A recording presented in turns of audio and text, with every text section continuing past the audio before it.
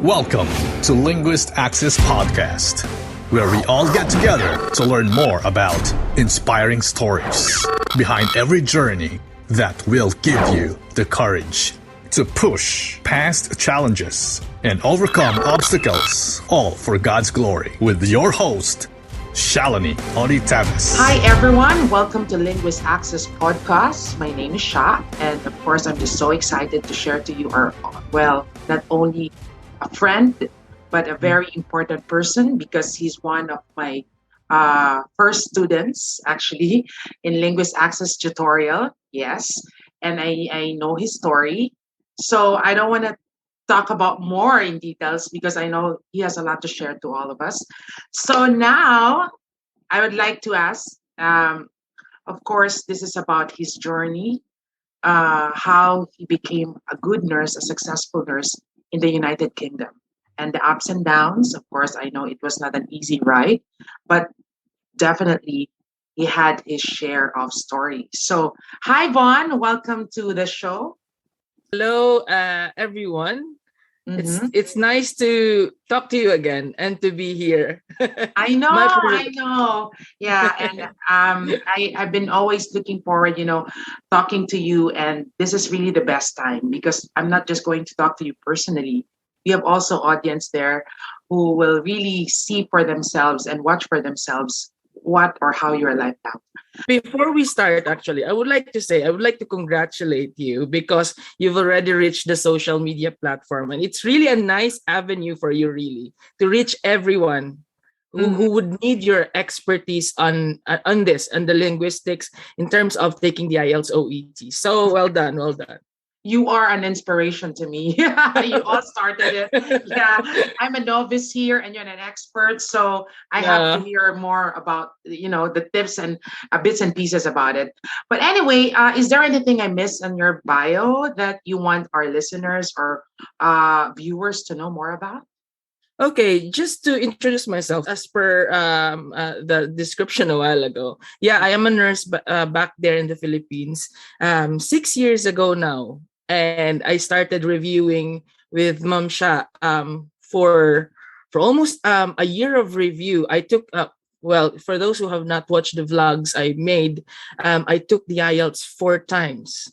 And I had so many learning about taking on my journey, but Mamsha was there from day one. So but I was a nurse, and then I became an ICU nurse here in the UK, and then started in the NHS, which is a government hospital here in the UK. That was 6 years ago, and then now I'm one of the charge nurses in one of the private hospitals, big private hospitals here in central London. So yeah, that's it. Oh, yeah. Wow. Perfect. Awesome. Now, yes, the thing is, you talk about your life story back in the Philippines. Right.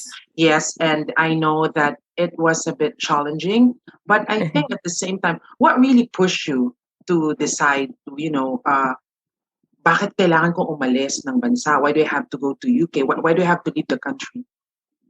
Actually, that time, nurses are really inclined to go out of the country, work abroad, because when you graduate nursing, you would want to experience to have like 2 to 3 years experience, solid experience, for you to be able to practice your profession abroad. On top of that, we Filipinos are very curious about cold countries, snow. We would like to travel, we would like to explore, we would like to learn so many things. But on my part, actually, parang more of, because my friends are also doing it, and my friends and batchmates are also living in the country, living out of the country and practicing in the Middle East, Australia, and other parts of the Western countries. I was just like, let me try to process myself. Actually, it's not UK. I wanted to be in Australia, but apparently so many things changed. So I end up in the UK. Why not UAE? Just, curious about it. Right. There's nothing wrong in the Middle East, really, but it's just because I wanted more. My dream is more of exploring European or Western country, really. I love the fact that the UAE nurses or Middle East nurses, they can support their families because to be honest, they have lesser taxes, they have good job compensations. But apparently for me, I think one of the most biggest factor that dragged me to either Australia or UK was more of the culture, really, and the travel. Okay. Yeah. Now, yeah, thank you. That's really one of the things that, I always look forward to hearing because, some people are yet to be, they're so undecided. So, sabi nga nila, mag-Dubai ba ako kasi hindi na ako kailangan mag-IELTS. Tapos, or, Yeah. yun, no, going to UK. Pero hearing that from you, yeah, it's really a different kind. There are different reasons why people really pursue their dreams. And now I have a question. Yeah. Um, when you decided to go to UK, there were really obstacles. Like one is, you Yeah. failed your IELTS. But what really, made you decide to, sige, try ko pa more? Bakit kailangan Okay. ko pang subukan? Before I go to that, actually, just a brief history. Because you've mentioned a while ago ano bang nagpa-decide sa akin para mag UK. In the first place, for nurses who would want to go abroad, it's either Middle East or UK ang pinakamadaling gawin, because if you go to America, you would have to wait for the visas, you would have to wait long for the NCLEX and all the statutory requirements. If you would want to go to either New Zealand or Australia, yes, the process is the same in going to the UK, but you would need much more money. Yung cost ng processing. So if you've got the fund or some methods for you to be able to fund yourself to go to Australia or New Zealand, so be it, then that's fine. But for those nurses like me who are just like earning the regular salary of nurses back there in the Philippines, the opportunity for UK granted me the doors for me to be able to reach here, because in the first place that it was direct hiring, sponsored by the companies, and you just have to take the IELTS that time, and then that's it. So kaya naging UK, but I did not do Middle East as well, because even Middle East, you have to take all the ads, all the other prometrics and stuff. So I think, but going back to the questions, what were the challenges I had? So I've mentioned a while ago, I took the IELTS 4 times. So the first one was intended for Australia, but back then, in the first time I failed the IELTS, I was so like, ang yabang-yabang ko sarili ko. As I was telling it on my vlog, I know how to debate. I know how to write. I was a school writer.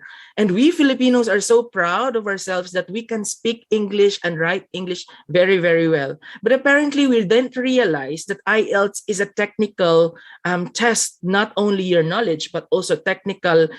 It has its own technicalities. You are tested by the technicalities and, of course, your skills and knowledge in speaking, listening, reading, and writing English. So that made me realize, kailangan ko palang mag-review center. So I failed on the first test, but I was still okay about myself. Second test, I met Ma'am Sha. I enrolled. So she gave me the basics of the technicalities. I have the knowledge back then, but I need to have the basics of the technicalities. And then hindi pa rin ako pumasa on the second take. And then she told me na I think it's more of the practice, kasi it's more of like marunong ka na pero kailangan mong hasain yung technicalities, kailangan mong hasain yung confidence mo as well. Then okay, fine, Ma'am Sha, I'll take on the challenge to take the third take of the IELTS. And third take of the IELTS, I didn't make it again. And I almost gave up. And it was her word that gave me the push to say, okay, I'll give it the last time. Okay, kasi ang sabi niya sa akin, if you are trying to give up, always remember the main reasons why you are pursuing and taking the IELTS. It's not just about yourself, but your family and your dreams. And I realized, yeah, that was it. So I have to give it my best shot on the fourth, and I talked and bargained to God, Lord, I don't need you to give me the results because that's my dream. I wanted you to give the answer through examination results. If you give me no, then might be UK is not for me. You might have better or best option for me. If you give me yes, yes, UK is for me. But if you give me another no here, maybe it's time for me to wait. But apparently, God is good. He gave me the yes answer, so I'm here. Yeah, I know. And Sorry, I by was the way, talking too long. no, I like it. I like it. I learn a lot actually, and I know they also learn a lot from you. It's a really a good encouragement, especially for those who just failed once, twice, and they already gave up. But anyway, yeah, I just want to tell also our audience that Bon, by the way, is a British national now, right? Oh, Yeah, just got so it. yeah, I'm just so proud of you. I know you waited so long for that, but it's really worth the wait. So you now he's carrying a blue passport. Can you imagine that? Yes. So if he gave up, I don't think he No, can. it's maroon for the UK. Oh, sorry, sorry, Yes, but that's still, right. it's you are. Yeah, it's maroon for the UK, but anyhow, a first class citizen for sure. So Wow. anyway, No thank you, worries. Vaughn. Now, the thing is, in terms of you talk about the challenges there. Now, I want to also proceed to talking about yung sa work naman Yeah. in terms of Here. workload. So, I think I don't know if you were in ICU. I wasn't able to ask you this, or maybe you told me about it. Nakalimutan ko lang. Were you an ICU nurse before you left the Philippines? So when I was there back in the Philippines, I started as a medical surgical nurse. So it was just a regular medical surgical nurse, admitting patients, discharging patients from the ER. Then I became a dialysis nurse, where I specialized for 2 years, and then went a gap from nursing to the office, which is the corporate world. And then here comes opportunity of the UK. So I flew to the UK not knowing where I should be going. I had no any ICU experience. But when I landed in Heathrow back 6 years ago, that's when I knew that, oh, you will be doing ICU because you have a dialysis experience. Because here in the UK, most of the dialysis are done in ICU. Well, some of the hospitals have their own separate dialysis unit, but all the dialysis, especially acute ones, starts in ICU. That's why they hired me in IT, and I didn't know anything. You were talking about, or you were asking about the workload. What is the difference? The Philippines has, we know the nobility of our profession back there in the Philippines in terms of workload and patient census. But here in the UK, you are quite supported with that. Yes, we are not saying that UK or the Western country is not busy. We are still busy. We are doing 12-hour shifts. We still have patients load for ICU. I would say 1 to 2 patients you can have if it's level 2, meaning if it's not intubated or ventilated. But if you've got a ventilated patient connected to all the machines that you can only have one patient.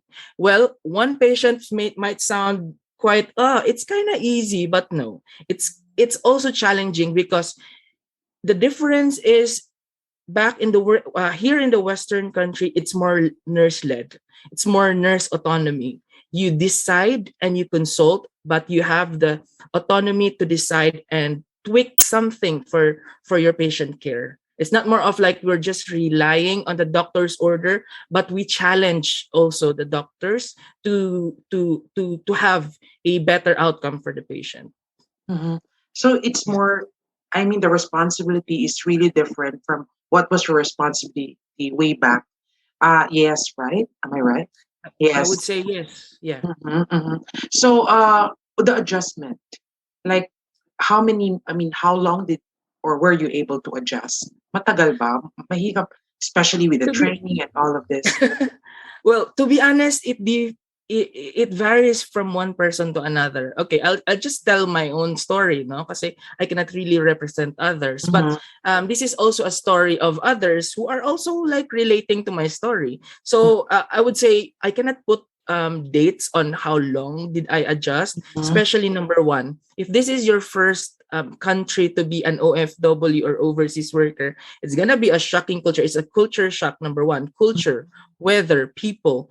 They speak English in the Western countries, say for example here in the UK, but they have their own twang. They have their own dialect. They have their own slangs. So you have to learn about it. I remember one thing. My patient was telling me, "Oh, love, can you get me squash, please?" And then I was saying, that was like I was just 2 days pa lang in my practice, Uh-huh. and I didn't realize what squash is. I called the kitchen, or we called it Mhm. the cafeteria, the kitchen here, and I was expecting that the kitchen would deliver the squash vegetable for my patient, but Yeah. the patient was expecting a squashed or a squeezed Punch. orange juice. Oh. Yes, so that's squash. That's what they call squash. Yes. Wow. Wow, that is So so many things, but yeah, many stories behind the scenes. But the adjustment is not the only challenge you would have. It's also your mental health, and also your the strength na kailangan mong i-endure for you not to be able na meron yung homesickness. Totoo yung sinasabi nila, Ma'am Sha, na sundowning, or yung seasonal affective disorder, yung sinasabi nila na bakit ang mga tao sa labas ang daming nadidepress. Totoo pala na kaya pala ang mga Pilipino na hindi masyadong nadidepress because ang dami nating exposure sa sunlight. Here, I personally experience that one whenever it's winter or autumn or fall. At minsan once a day mo lang or once a week mo lang makita ang sunlight, it's really, really affecting your mood as well, really. Oh, That's really true, scientifically. yeah. So that's why weather is always part of the IELTS question. Okay. Yeah, Yeah, I think so. that's true. Yeah. Yeah, I think so. And I remember I asked you before, what is the difference between weather and climate? And you answered it well. Anyway, Wow. yeah, yeah, yeah. The thing is, this is my question. Who's more difficult as a patient, Filipino or British? I mean, we're not your base. This is based on your experience. I Right. mean, I'm not stereotyping or yes, Yeah, but of course. Yeah. basically, This yeah, is more of an because you're intellectual discussion anyway. yes, yes, yes. Yeah. You mean Filipinos here in the UK or back there in the Philippines? Here, when you were a nurse here in the Okay. Philippines. Um, the approach is quite different. When you look after British, or let's not only say British, patients here in the West or here in the UK, they're more quite expressive in terms of their appreciation to healthcare workers, not only patients, but also the multidisciplinary team. They acknowledge your contribution, they challenge your position, and you are also challenged to debate, or not, the word is not argue, but discuss what's your position in terms of looking after a patient. In terms of looking after a patient, mas ano dito mas more of maalaga ang mga nurses. But the thing is, they are also expecting, because they thought that the graduates from the Philippines are really, really good. Wow. But back there in the Philippines, I would say we are really at par from all the experience we have back there in the Philippines. Sabihin na natin we have negative experience, we have challenging experience, but that experiences honed us a lot to be very competent here in the UK. And I would really say na I am very proud to have to have practiced and learned a lot from the Philippines. Oh, that's very good, Bon. That's very good. Now, financially, like, is it really worth everything, the sacrifice, the homesickness, Right. moving out of your own country, your comfort zone, and going to United Kingdom? Let us be real. The exchange rate is really different, like £1 is 68 pesos or 70 pesos, and £1 here in the UK, you can buy something already, gadget wise, property wise. The power of pound is really good in terms of buying your own investments or your own items, or things here in the UK. And also back in the Philippines, it helped me a lot to save. pay for some of my utangs there, because when I took the IELTS, it was not easy. IELTS, I know it's not only difficult for the brain, but also for the Yes. pockets as well, True. right? True. So hindi lang yon. So marami nakatulong naman siya. But it's not that. It's more of the actualization of your dream actually. Like you've helped your parents na suportahan ang kapatid mo for Mm, the pag-aaral, for your nabilhan mo ng maayos na bahay ang pamilya mo, nakabili ka ng properties. It's that. It's more of not really the material but the satisfaction that your family were happier. mhm, That's it. mhm. And nalagay sa tamang lugar. Yes, Yun. yeah, I would agree. Definitely. Yes, I would agree, Bon. And I actually watched one of your vlogs, by the way. He is a Oh. famous vlogger, okay? Oh. He's been featured in GMA, yes. And I think, yes, really Bon is making a big name in the social media world. Not only that he is a nurse, but he has a lot of interesting content. And I'm going to actually put it here, although my influence is incomparable to what his influence Oh. is. But basically, all I'm saying is that yes, Von is really giving us a very good content. Like the last time, talagang umiyak ako, Von. It's no exaggeration when I saw you surprise your mom, no? Yeah. Grabe. And I just felt how, I know the homesickness. Ang lungkot-lungkot, right? You miss not just the homesickness, but when you're sick, right? Nobody would take care of you. You cannot even call a friend kasi duty din yung friend mo. Like you're on your own. Remember, I Yeah. think you talk about your COVID experience, right? Yes. Last time, Yeah. actually, and yeah, that was really one of the most meaningful stories I've ever heard from a nurse in the UK, and not just abroad. I mean, nurses abroad. Now, you talk about in terms of financial and all of the workload. Now, Von, before we're going to before you are going to leave us, is there one piece of advice or actionable advice you can give to someone with their journey to any other English speaking countries, like for example UK? And I know you have also your blog. Tell us Yeah. what is the best way to find or contact you and or get a dose of your content if ever. So please. Yeah. My only piece of advice is always going back to the ethos or the principle that has been inculcated to me by my family or from my parents, na always trust the Lord with all your heart and lean not on your own understanding, because the Lord has always plans for you. The road might not be easy, the hurdles might not be that easy to conquer, but trust the process and you'll get there. Don't lose hope. Hindi kaya nga tinatawag na test 'yon, kasi hindi madali ang test. Lahat ng test ay challenging, right? So just hang on, keep dreaming and uh, pursuing your dreams, because you will get there. We don't know when, we don't know where, but the Lord has a greater plan for you. So yeah, thank you very much, Ma'am Sha, Yeah, for all this thank you opportunity. very much, Bitin na Vaughn. bitin Thank you ako, very to be honest. Yeah, thank you very much, Vaughn. Yeah, I would like to say that what he said is actually also very meaningful to me because I really also trusted the process. And yes, for you to affirm that again today, I know that some of our audience would really learn a lot from your content, but also with this discussion we had. Now, thank you very much, Vaughn, and I hope that you have, I was able to ask questions which would somehow help our audience to decide for themselves because Yeah. I know that that itch that you feel of wanting to go out of the country, that itch comes from the Lord, and that is because he wants you to fulfill your dreams. And when we are reluctant about it or hesitant about it, that's when discouragements comes in, and so we think, okay, we're not deserving of this. Wag na natin to i-pursue, tigilan na natin to. Yeah. But you know what? I can just say that with Bond's life, he is a living testimony that if he has given up in his fourth try, I don't think that he'll be able to, I'll be able to speak to him right now and be an inspiration to all of us. So once again, thank you very much, Bon. I know it's late there and you still, No, that's fine. But yeah, yeah, thank thank you. you. And I hope to see you if you have plans of, visiting me here. I'm in the US right now. Please come. You have a home here. with me. Okay.